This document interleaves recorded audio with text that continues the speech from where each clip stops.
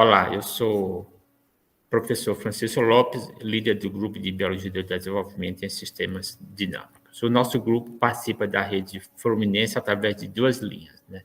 Uma é o uso da drosófila como organismo modelo para o teste de atividade e toxicidade, a outra linha é a modelagem da sinalização celular e regulação gênica. Na primeira linha, nós contamos com, além da minha orientação, a orientação da professora Marisa Nicolás, além de diversos colaboradores da UFRJ e a NCC. E na linha 2, nós contamos, além de colaboradores do campus Duque de Caxias e outras unidades da UFRJ, contamos com aluno de mestrado de doutorado, além de diversos alunos de iniciação científica. Durante a validação de novas substâncias, né, a primeira etapa é baseada em experimentos de cultura de célula e experimentos bioquímicos. Feita essa fase, se a substância for aprovada, ela vai então para o teste em pequenos animais. Só que nessa fase, a maioria das substâncias são reprovadas, essa fase tem altos custos, além de gerar sofrimento animal. O que nós estamos propondo é uma fase intermediária, onde administramos a substância, a drosófila melanogaster, né, via nanoinjeção, e em seguida fazemos um experimento de RNA-seq para analisar a atividade da substância. A vantagem da drosófila é que ela apresenta diversas barreiras que são similares àquelas barreiras responsáveis pela reprovação da maioria das substâncias em pequenos animais. Esse projeto está em andamento, com o teste de uma substância em desenvolvimento no grupo do professor Theo de Souza. E a outra linha da modelagem da sinalização celular e regulação gênica, eu indico a vocês um artigo que foi publicado recentemente, onde vocês podem ter uma ideia do tipo de análise de dados que essa metodologia nos permite. Finalmente, esse é o nosso grupo. Muito obrigado. Olá, meu nome é Fabiana Carneiro. Para quem não me conhece, eu sou professora do campus Duque de Caxias e eu vou falar um pouco sobre a minha pesquisa que está relacionada com o vírus da Covid, o SARS-CoV-2, e a utilização de nanopartículas. Para começar, vou mostrar para vocês algumas imagens que já foram até mostradas na semana passada pelo Braulio. Eu utilizei o Orion para fazer algumas análises de interação do vírus da Covid, o SARS-CoV-2, com células Vero. E na primeira imagem a gente observa, então, que o vírus está recobrindo as células, são várias bolinhas do mesmo tamanho, né? Ele tem mais ou menos 70 nanômetros. No painel ao lado a gente vê duas células se comunicando, e se a gente observar na imagem abaixo, num aumento maior, várias partículas virais passando de uma célula para outra. A gente também utiliza uma técnica que se chama decapagem, quando a gente coloca uma fita autocolante e retira a parte de cima da célula. Assim a gente consegue olhar para o interior da célula, o que é muito importante quando a gente está analisando a infecção viral e analisando como essa célula pode estar sendo modificada por conta dessa infecção. Então, a gente observa uma reorganização membranar muito característica de infecções por coronavírus. Também trouxe aqui ao lado uma imagem de confocal que foi realizada também no Inmetro, onde a gente fez uma interação do vírus com a célula Vero por apenas 15 minutos. E a gente observa, então, em azul, marcado em DAP, o núcleo da célula, e em verde, um anticorpo anti-S, que é a proteína de superfície do vírus, e a gente observa, então, que toda essa célula, com apenas 15 minutos, está totalmente recoberto pelo vírus. E assim a gente pode observar o quão eficiente ele é nessa primeira interação. Dando sequência, eu trabalho com nanopartículas, tentando entender como elas podem inativar alguns vírus, tanto o vírus da Covid como o vírus da dengue, zika, chikungunya e maiaro, que são vírus que eu trabalho atualmente. Então, em colaboração com a professora Natasha Midori, que também é do campus Duque de Caxias, ela me cedeu algumas nanopartículas e essas nanopartículas foram diluídas em etanol ou água e foram testadas por 24 horas num ensaio de viabilidade celular chamado MTT. Tanto essa diluição em etanol ou em água, essas nanopartículas se apresentaram tóxicas. Então, a gente pode observar que aqui em etanol, a partir de 1 micrograma, já tem menos de 40% de viabilidade celular, e aqui em água, todas as concentrações ficam abaixo, na verdade, de 50%. Então, essa nanopartícula não vai poder ser testada nas células, em outro tipo de célula ou em tempos maiores, e nesse momento a professora Natasha está produzindo outras nanopartículas para serem testadas. E por último, um trabalho que eu venho desenvolvendo junto com o professor Luiz Oliveira, que também é do campus Duque de Caxias, e nesse caso é uma colaboração entre redes, porque ele faz parte da rede Nano, do CBPF. Então, nesse caso, eu testei a viabilidade das células EPG2, que são células de fígado humano, incubadas com nanopartículas superparamagnéticas, que são nanopartículas que o professor Luiz vem trabalhando há algum tempo. O que a gente pode observar é que tanto em 24 horas quanto em 48 horas, a nanopartícula ela não é tóxica para esse tipo de célula. E além disso, a gente fez um experimento in vitro, mas também fez um experimento in vivo, utilizando camundongos, e a gente observa, então, que essas nanopartículas elas são absorvidas pelos tecidos tanto hepático quanto renal. Esse trabalho ele foi submetido à revista BioNanoScience e a gente está aguardando a resposta, já que o trabalho já voltou algumas vezes e agora está em fase final.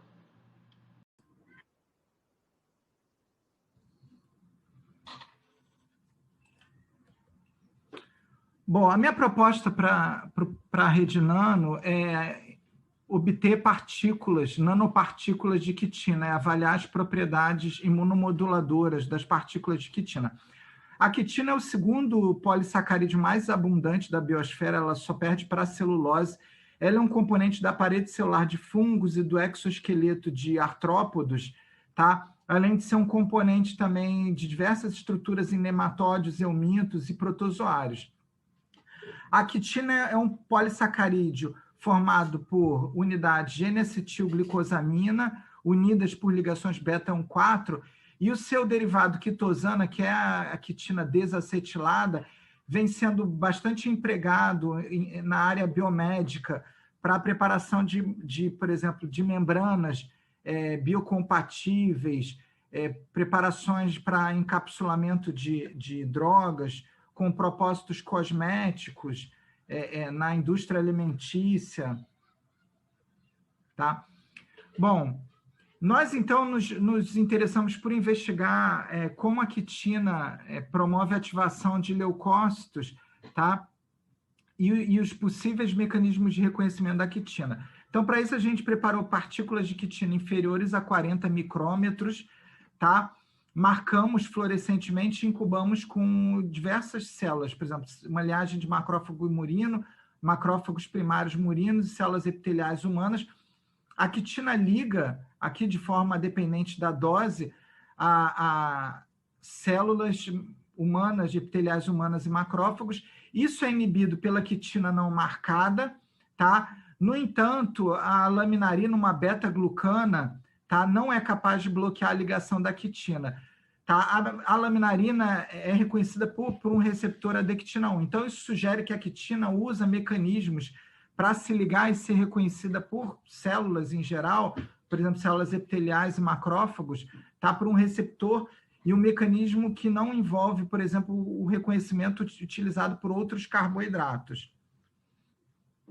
A quitina particulada, aí, com menos de 40 micrômetros, não induz TNF, mas os quitooligosacarídeos fazem isso. E a quitina digerida com quitinase induz TNF. A quitina particulada induz liberação de DNA por neutrófilos, a gente pode ver aqui, de forma dependente da dose ao longo do tempo. Isso não depende da presença de soro, mas os quitooligosacarídeos não são capazes de induzir a liberação de DNA por neutrófilos humanos. Aqui a gente pode ver neutrófilos incubados com quitina. A quitina está marcada fluorescentemente em azul, tá? E as redes de DNA em verde, tá? Neutrófilos de controles não liberam DNA para o meio extracelular na forma de filamentos, mas quando estimulados com a quitina fazem isso. Essa liberação de DNA foi quantificada e depende da NADPH oxidase de tirosina quinase da família SRC e da tirosina quinase SIC. A quitina também induz a produção de espécies ativas de oxigênio por neutrófilos, e isso envolve a mesma via de sinalização demonstrada anteriormente para a liberação de DNA. Quando a gente precipita proteínas da membrana de macrófagos, a gente pode observar que a quitina precipita proteínas envolvidas na polimerização de F-actina, tá? E na atividade do citoesqueleto de actina, e também uma cadeia do receptor MAC1, que é uma integrina. A actina induz produção de TNF em vivo e recrutamento de leucócitos em vivo, tá? No pulmão de camundongos, quando a gente administra quitina para camundongos por via intranasal, o pulmão dos camundongos tem redes de DNA, mostrando que a quitina causa inflamação pulmonar. A quitina está aqui marcada em azul. Com isso, a gente supõe dois mecanismos. A quitina solúvel, os fragmentos, ativaria um receptor ainda não conhecido, e a quitina particulada promoveria a liberação de redes de DNA e geração de espécies ativas de oxigênio por neutrófilos, por uma via de transdução de sinal que nós estamos investigando farmacologicamente. Então, a minha ideia dentro da rede nano é obter nanopartículas de quitina e avaliar essas propriedades dessas nanopartículas, essas propriedades imunomoduladoras.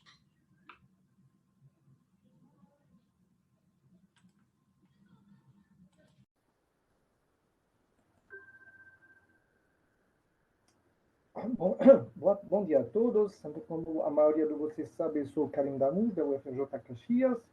Quero apresentar rapidamente as colaborações que a gente está desenvolvendo atualmente no âmbito da rede NanoFaPerj. A primeira colaboração com a professora Viviane Lone, da UFRJ, da Faculdade de Farmácia, e a gente trabalha no desenvolvimento de nanocompositos híbridos orgânicos e inorgânicos, mais especificamente siloxane, e dois tipos de polímeros, PO e PLA, para a liberação prolongada de penicilina.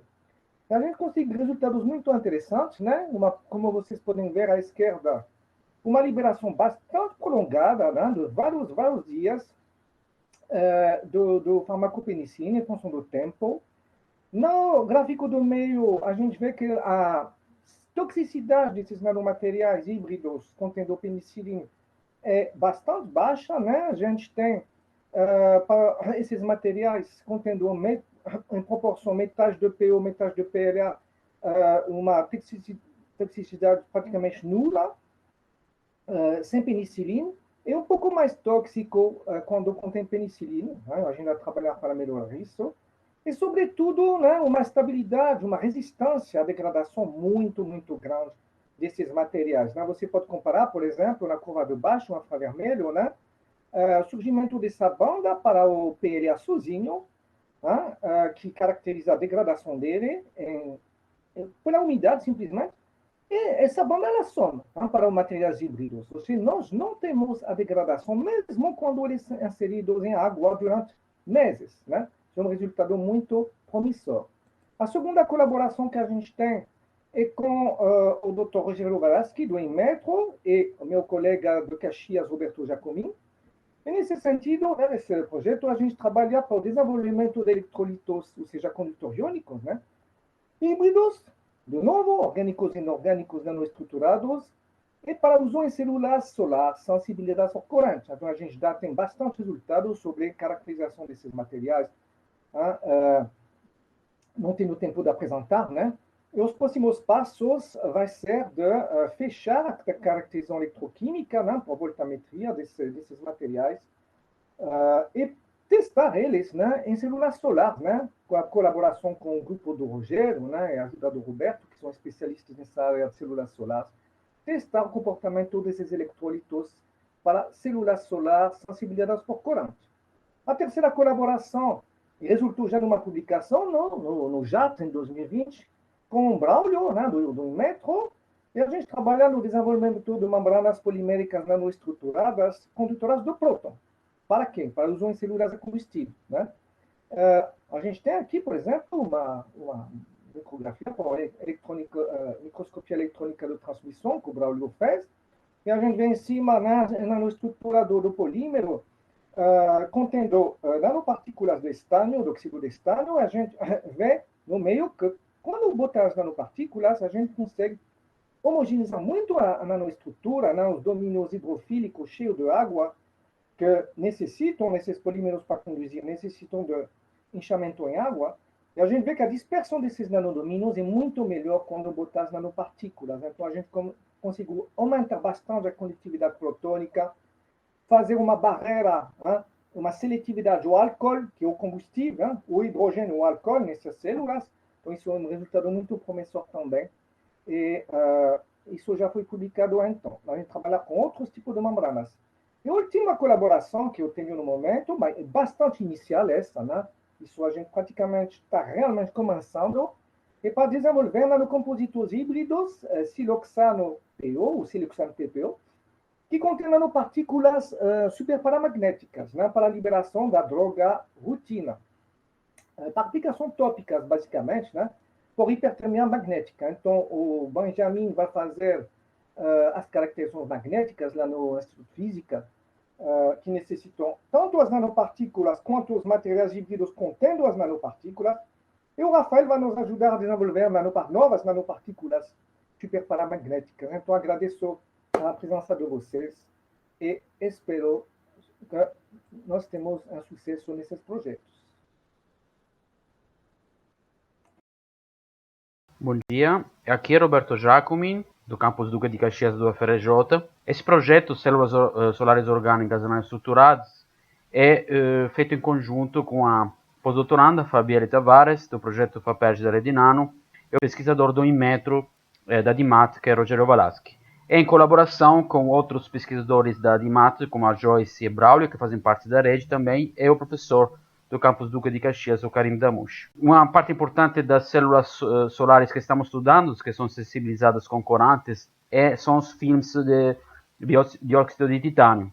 Então a gente fabrica esses filmes, em particular mesoporosos, com método de síntese sol-gel, em que estudamos a densidade e a morfologia dos poros e a característica em particular de condução elétrica desses filmes em função da temperatura de calcinação dele. Uma outra parte do projeto que estamos fazendo é o estudo, mais recentemente, de filmes nanoparticulados, em que sintetizamos diretamente as nanopartículas de CO2, que atingem um tamanho em torno de 10 nanômetros, como estão vendo aqui. Uma outra linha que estamos estudando é a fabricação de filmes poliméricos modificados, que são usados como substratos para células solares flexíveis, em particular contraeletrodos, que podem ser usados para células de sensibilidade por corante, que são feitos com PVA e adicionando óxido de grafeno, que é sintetizado lá no grupo da Joyce, e o grafeno reduzido. A adição de óxido de grafeno no PVA aumenta a condutividade, então reduz a resistividade e aumenta a estabilidade desses filmes. Estão vendo aqui nas bolinhas azuis. E também vimos aqui que tem uma atividade eletrocalítica de óxido-redução desses filmes de PVA com óxido de grafeno, substituir a platina, que normalmente é usada como contraeletrodo nas células solares sensibilizadas com antes, mas é mais cara. Uma outra parte, estamos fabricando também filmes poliméricos transparentes, para ser usados como eletrodos transparentes para células orgânicas, em que podem ser usados diretamente, né, na parte iluminada, então, da célula. E aqui vemos o PVA, né, a gente sintetiza o PVA e depois deposita por spray coating o óxido de grafeno para aumentar a condutividade desse material. Em futuro a gente vai estudar também o PVA adicionando óxido de grafeno reduzido, né, na propriedade elétrica e eletrocatalítica, e vamos fabricar as células inteiras, né? Células sensibilizadas a corantes inteiras, rígidas e flexíveis, e células orgânicas também rígidas e flexíveis, usando esses eletrodos. Obrigado pela atenção. Bom dia, meu nome é Leite Silva Calpa, eu sou professora do programa de pós-graduação de Engenharia de Nanotecnologia da COP. Na presente linha de pesquisa, a gente está desenvolvendo nanopartículas de ferro zero-valente, no caso são nanofios recobertos por óxido de níquel. Esses nanomateriais têm a característica de ser magnéticos e bastante estáveis em estocagem regular. Isso é sem a necessidade de utilizar nem solvente, nem vácuo, nem gás inerte, sendo que elas se apresentam na forma de pó. Embora sendo tão estáveis, essas nanopartículas têm a característica de ser bastante redutoras em meio líquido, pelo qual, nessa publicação, a gente utilizou esses materiais, suportados em sílica com diferentes granulometrias, na redução de cromo hexavalente em meio aquoso. Os testes catalíticos indicaram que uma pequena quantidade desses materiais foram capazes de reduzir uma solução contendo cromo hexavalente em apenas 80 segundos de reação. A reação foi repetida após um ano de estocagem regular desses nanomateriais. Os resultados indicaram que a taxa da reação se manteve maior do que aquelas já reportadas na literatura.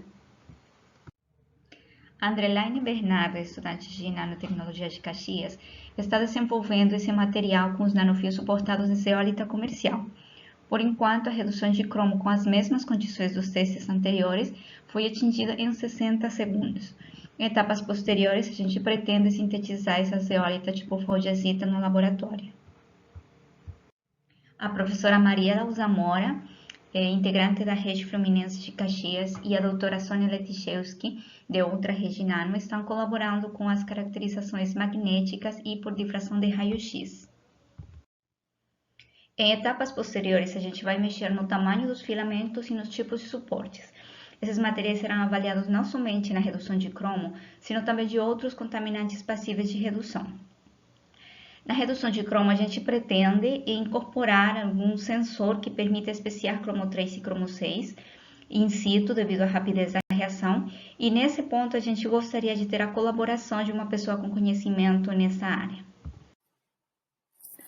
Na linha de nanomateriais aplicados à remediação ambiental, nós iniciamos a nossa pesquisa mapeando as regiões de interesse da Baixada Fluminense, como sendo a cidade dos meninos e as regiões de avicultura, devido à contaminação, então, por poluentes organoclorados e por antibióticos, além dos organofosforados que nós já vínhamos pesquisando. As aplicações serão, então, para monitoramento passivo e remediação via fotodegradação. Eu vou falar um pouquinho sobre a seleção dos materiais, síntese, caracterização e processamento para aplicação na remediação via fotodegradação. Nós escolhemos como precursor a areia alumínica, fornecida pelas indústrias nucleares do Brasil. Entramos em contato, eles nos mandaram amostras do material que eles vendem, aproximadamente $60 a tonelada, muito barato. É um excelente candidato, porque é um minério, então, para tratamento de solo não teria problemas de contaminação, porém é um material de baixa eficiência fotocatalítica devido à alta concentração de ferro. Nós estamos trabalhando por moagem para redução de tamanho e trabalhando com tratamentos de lixiviação para remoção do ferro, ou utilizando, então, como precursor para a síntese hidrotérmica, onde nós temos já alguns resultados de síntese de nanofolhas, nanofitas, de titanato de ferro. Nós temos ainda uma pequena concentração de ferro nesses materiais, mas enquanto nas nanofolhas nós temos uma alta concentração, em torno de 40% ainda de ferro, já nas nanofitas nós temos uma baixa concentração, em torno de 3% de ferro em comparação com o dióxido de titânio. A professora Mariela está trabalhando, então, nas análises de Mossbauer e propriedades magnéticas, para que a gente possa relacionar essa concentração de ferro com as mudanças de eficiência do material. Os testes nós iniciamos para a degradação de poluentes orgânicos em água, iniciamos com o malation, que nós já vínhamos trabalhando por alguns, já vínhamos trabalhando quando iniciamos o projeto, e por apresentar maior facilidade para determinar a eficiência dos materiais, desses nanomateriais, para posterior testes na degradação dos poluentes orgânicos no solo. Os testes nós iniciamos com nanotubos de TiO2, então nós temos bons resultados de adsorção e degradação para amostras em torno de 1 ppm de malation em água. Em 30 minutos de fotodegradação, nós conseguimos uma degradação completa do malation, porém, nós notamos, como vocês podem ver aqui no gráfico de absorvância, que nós temos a transformação desse malation em algum subproduto, e nós estamos trabalhando na determinação desses subprodutos da degradação por cromatografia. O objetivo do nosso trabalho, dessa pesquisa, é partir de um minério para valorização do minério bruto para aplicações em fotodegradação, descontaminação de áreas de interesse locais e trabalhar com avanço na área de nanomateriais aplicados à remediação ambiental. Foi pedido que a gente dá um resumo do progresso que a gente fez no projeto relacionado à rede nano. E eu estava querendo trabalhar com telureno e a gente tinha muitas dificuldades com as compras, porque a gente precisa de um reagente que é controlado e parece que o Unimetro não tem a licença, ou não sei, mas a gente não conseguiu comprar. Agora eu estou conseguindo comprar só por CBPF. E na verdade, na semana passada, né, em geral no projeto de telureno, assim, eu não consegui fazer progresso porque a gente nunca conseguiu comprar as reagentes necessárias para a síntese, mas a gente fez agora a primeira síntese no CBPF na semana passada, e é claro que agora a gente está fazendo a análise superficial lá, a gente tem que fazer lá, porque isso é o único jeito, porque estamos fazendo a síntese lá. E quando a gente tem as primeiras amostras de telureno boas, vamos dizer, quando a gente conseguiu melhorar a síntese, a ideia é que a gente vai para o Unimetro para fazer as caracterizações mais interessantes lá. E isso é o estado desse projeto.